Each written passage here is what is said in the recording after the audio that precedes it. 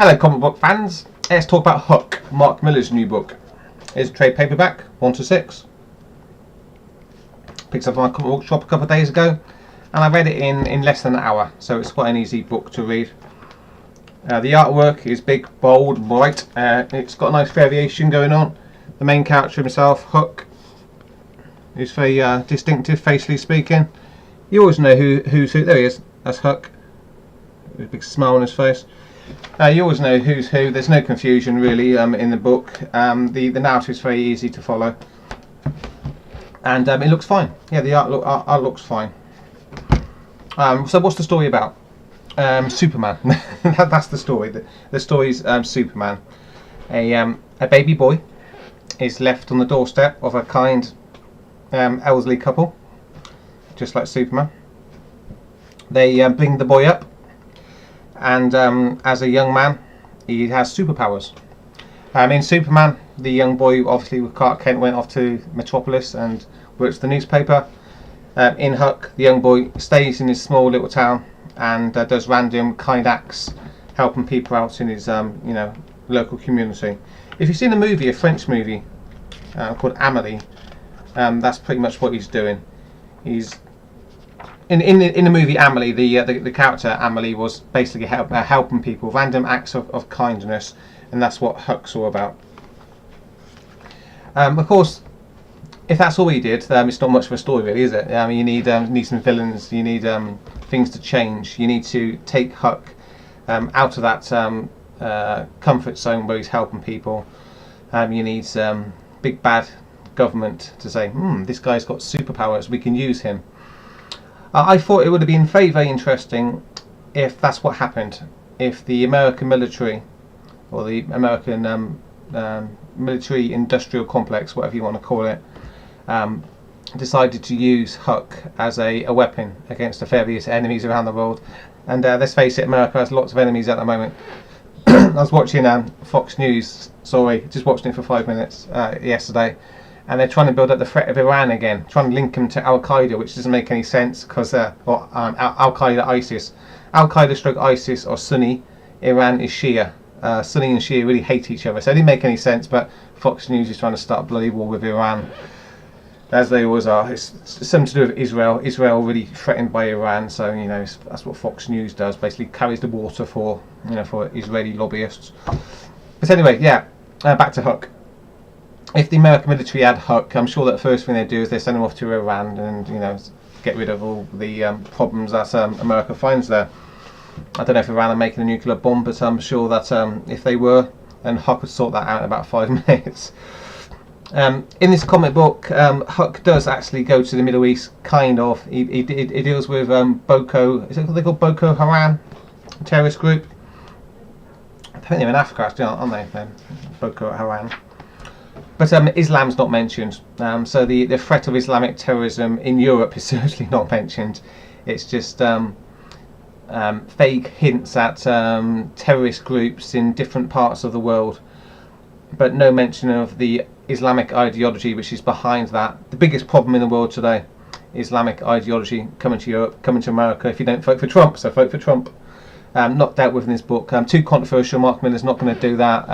He's not going to mention Islam. It's just going to be generic terrorists who have motives which he's not going to look into in any details, because this is a feel-good book. Don't depress people by talking about reality too much. That's probably the biggest problem I actually had with the book. That it's going for feel-good rather than reality. Okay, the American military not interested in Huck, and there's one panel where a general says, can we have a word with you? But by the end of the book, that's all forgotten. So the American military are not interested in him. I guess the American military are the good guys. So who are the bad guys? Not going to be in any Islamic country. Mark Millar wouldn't even do it Iran, because that's too controversial. Even though Fox News are talking about it. Now the one country that you can demonise today and no one's going to say a word about it, nobody will care, is Russia. Yeah, it's Russia. It's Vladimir Putin. You can do that. You can just I don't know, use the shadow that's still cast from the Cold War era where people were suspicious of the Russians. Plus, the Russians are white, so it's perfectly okay to criticise white people in comics. We all know that. We all accept that. The bad guys are normally white guys. So the Russians kidnap Huck, take him to Russia, lock him up for a bit. Huck escapes, goes back to America, and goes back to things as normal again. Whilst all this happens, he meets his mum again. The main bad guy is revealed to be a mad scientist, so Vladimir Putin doesn't get criticised too much. Mark Millar, again, not wanting to do anything too controversial. It's all about the mad scientist, not about the Russian state. And the single mum figure, that Huck, he kind of rescues her, but she, it's like, there can't be damsels in comic books today, so she kind of rescues herself as well. She goes back to America with him, and they live happily ever after. 35-year-old Huck, or however old he is, and his 50-year-old mum. There's no mention of dads. At the beginning of the book, when we first see Huck, he appears to be living with his adopted mother, and the adopted father's dead. So there's a noticeable lack of fathers in this book, which also ties into contemporary democratic, liberal, progressive ideology that you don't need fathers because single mums are perfect, of course, aren't they? I mean, let's face it, just look at the Black Lives Matter movement that's happening right now. Got an entire community in America where let's just say there's an absence of strong fathers in the community, which leaves the especially young men into a life of criminality as they get into their teen years and their 20s. Because they haven't had a father, they are very susceptible to gangs. They join gangs and they go to jail. And then everyone complains about racism. It's not racism, you just need some dads back. You don't get dads back in Huck. It's a contemporary, liberal, progressive comic book. Dads are not important. It's all about the mums. All about mums and kindly government. So Huck, to me, it was a book based on one idea, really. We scribbled on the back of a napkin at a posh restaurant that Mark Millar went to. The idea was country bumpkin Superman stays at home rather than going to the city. That's all it is, really. You got the bad guy, Russia, mad scientist. Beginning of the book, he's helping people. End of the book, he's helping people, and he's found his mum. No dad. He hasn't got a dad. Dad's not important. So, it's a comic book, It's a feel-good comic book, completely disconnected to reality. Not mentioning the I word, Islam, because that's problematic. And it read to me like the kind of comic book that I could have read in the 1980s, or maybe the 1990s, when the social justice thing was just starting to, rear its ugly head.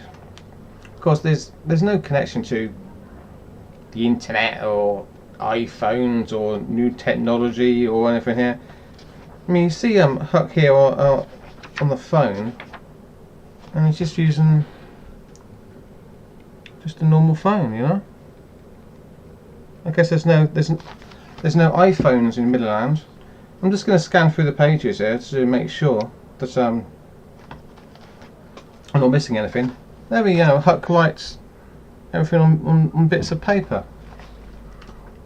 Yeah, it's a strange world here. It's a Miller world. They haven't even got a bloody flat screen TV. Yeah, it's a Miller world of the 1990s, where the last 20 years hasn't happened, really. We're still living in Cold War era, demonised Russia times, and man, there's just nothing, man. Yeah, perhaps how old is Mark Millar? He might be starting to show his age a bit here, because his book was released in 2016, but if somebody told me it was released in 1992, I'd believe that as well. Okay, that's my review. I'll end it there. I'm just waffling now. Huck, it's a 5 out of 10 comic book. It's a feel-good comic book. It's got no connection with anything that's happening in the world contemporary, politically, socially, anything. It's Superman It's let's all smile, ignore reality for a while. Not particularly creative. Not particularly anything really. It's not particularly anything. Am I going to remember this book in a couple of weeks' time? No. It washes over me. It's just another Mark Millar comic book. Well done, Miller World. You know what I want from my comic books? I want to read a comic book and finish it, right? And feel like the guy who's written this is a lot more intelligent than I am. That's why I like looking at podcasts from people like Stephen Molyneux. Well, Stephen Molyneux is a lot smarter than me. He's obviously a lot smarter than I am.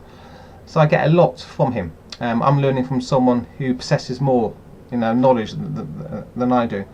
And when I read Mark Millar, I don't get that sense that he possesses more knowledge about anything than I do. I get an impression that he's just an old guy who writes comic books, and he's not particularly interested in the world, and he hasn't got anything that he particularly wants to say about anything. So why would I read a comic book like that? I would read it because I want to smile, I want to feel good, and I want to forget the world for a while. So if that's what you're after, check out Huck. It's not offensive, but it's not supposed to be. It's meek, it's bland, it's just a comic book. Just another Miller World 90s artifact. Stick it in a museum. Okay, thanks for checking out my review. Be real to each other, and let me know what you think if you've read Huck. If you think I'm wildly inaccurate and I'm being really harsh with my review, which I probably am. Okay, take care everybody, and goodbye.